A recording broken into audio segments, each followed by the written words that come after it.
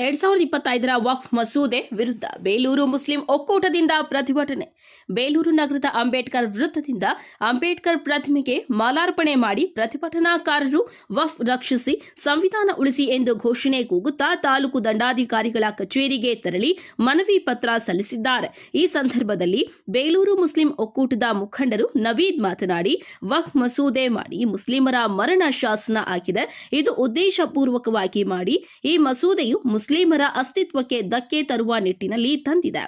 ವಕ್ಫ್ ಸಂಸ್ಥೆಯ ಆಸ್ತಿ ನಮ್ಮ ಪೂರ್ವಜರು ಸ್ವಾತಂತ್ರ್ಯ ಪೂರ್ವ, ಸ್ವಾತಂತ್ರ್ಯ ನಂತರ ಮಸೀದಿ, ಈದ್ಗಾ, ಕಬ್ರಸ್ತಾನ್, ಮದ್ರಸಾ ಅಲ್ಲಾಹುನ ಹೆಸರಿನಲ್ಲಿ ದಾನ ನೀಡಿದ ಆಸ್ತಿ. ಇದು ಯಾರಪ್ಪನ ಸೊತ್ತು ಅಲ್ಲ. ವಕ್ಫ್ ಆಸ್ತಿ ಸಂರಕ್ಷಣೆ ಮಾಡುವುದು ನಮ್ಮ ಹಕ್ಕು. ಈ ಕಾಯ್ದೆ ತಕ್ಷಣ ಹಿಂಪಡೆಯಬೇಕು ಎಂದರು. ಈ ಸಂದರ್ಭದಲ್ಲಿ ಮುಸ್ಲಿಂ ಒಕ್ಕೂಟದ ಮುಖಂಡ ಅಬ್ದುಲ್ ಸಮದ್ ಮಾತನಾಡಿ, ಬಿಜೆಪಿ ಭಾರತದ ಮುಸ್ಲಿಮರನ್ನ ಶೋಷಣೆ ಮಾಡುವ ನಿಟ್ಟಿನಲ್ಲಿ ರೂಪಿಸಿರುವ ಕುತಂತ್ರದ ಕಾನೂನು. ನಮ್ಮ ಸಮುದಾಯ ಪ್ರವಾದಿ ಪೈಗಂಬರ್ ಹೇಳಿರುವ ಹಾಗೆ ನೀವು ಯಮ ಮಣ್ಣಿನಲ್ಲಿ ಹುಟ್ಟಿದ್ದೀರಾ. ಆ ಮಣ್ಣಿನ ಕಾನೂನು ಗೌರವಿಸಿ. ನಾವು ಈ ದೇಶದ ಮೂಲ ನಿವಾಸಿ. ನಮ್ಮ ವಿರುದ್ಧ ನಿಮ್ಮ ಈ ಷಡ್ಯಂತ್ರ ನಡೆಯುವುದಿಲ್ಲ. ನೀವು ಈ ಕಾಯ್ದೆ ವಾಪಸ್ಸು ಪಡೆಯುವವರೆಗೂ ಹೋರಾಟ ಬಿಡುವುದಿಲ್ಲ ಎಂದು ಎಚ್ಚರಿಕೆ ಕೊಟ್ಟಿದ್ದಾರೆ. ಈ ಸಂದರ್ಭದಲ್ಲಿ ಬೇಲೂರು ಹಳೇಬೀಡು ಪ್ರಾಧಿಕಾರದ ಅಧ್ಯಕ್ಷ ಸೈದ್ ತೌಫಿಕ್, ಮುಸ್ಲಿಂ ಒಕ್ಕೂಟ ಮುಖಂಡರಾದ ನಾಯಿಮ್, ಸಿದ್ದಿಕ್, ನೂರ್ ಅಹ್ಮದ್, ನವೀದ್, ಫಿಶ್ ತೌಫಿಕ್, ಅಬ್ದುಲ್ ಸಮದ್ ಉಪಸ್ಥಿತರಿದ್ದರು. ತಿದ್ದುಪಡಿ ಮಸೂದೆ 2025 ರಾಷ್ಟ್ರಾದ್ಯಂತ ವಿರುದ್ಧ ಪ್ರತಿಭಟನೆಗಳು ಪ್ರತಿರೋಧ ನಡೆದೆಯೂ ಕೇಂದ್ರ ಬಿಜೆಪಿ ನೇತೃತ್ವದ ಎನ್ಡಿಎ ಸರ್ಕಾರ ಉದ್ದೇಶಪೂರ್ವಕವಾಗಿ ತಮ್ಮ ಬಹುಮತವನ್ನು ಬಳಸಿಕೊಂಡು ದೇಶದ ಪ್ರಜೆಗಳಾದ ಅಲ್ಪಸಂಖ್ಯಾತ ಸಮುದಾಯದ ಮುಸ್ಲಿಮರನ್ನು ಗುರಿಯಾಗಿಸಿ ಈ ಮಸೂದೆಯನ್ನು ಜಾರಿಗೊಳಿಸಿದ್ದಾರೆ.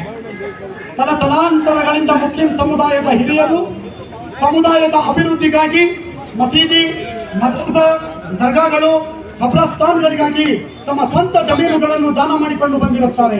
ಇದನ್ನು ವಕ್ಫ್ ಎಂದು ನಾಮಕರಣ ಮಾಡಿ ಸ್ವಾತಂತ್ರ್ಯ ಪೂರ್ವದಿಂದಲೂ ಈ ಸ್ವತ್ತುಗಳ ರಕ್ಷಣೆ ಮಾಡಿಕೊಂಡು ಬಂದಿರುತ್ತಾರೆ.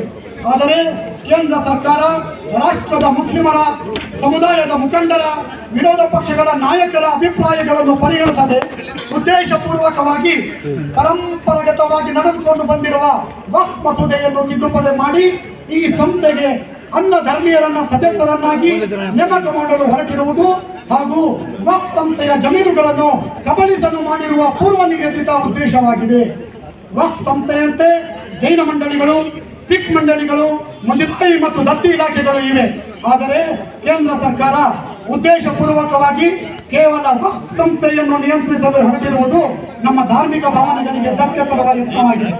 ಈ ದೇಶದ ಸಂವಿಧಾನದ ಆಶಯಗಳಿಗೆ ವಿರುದ್ಧವಾಗಿ ಹಾಗೂ ಈ ಹಿಂದೆ ದೇಶದ ಸರ್ವೋಚ್ಚ ನ್ಯಾಯಾಲಯವು ನೀಡಿದ ಆದೇಶವನ್ನು ಕಡೆಗಣಿಸಿ ಈ ಮಸೂದೆಯನ್ನ ಜಾರಿ ಮಾಡಿ ವಿನಾಕಾರಣ ಗೊಂದಲ ಮೂಡಿಸುತ್ತಿದೆ.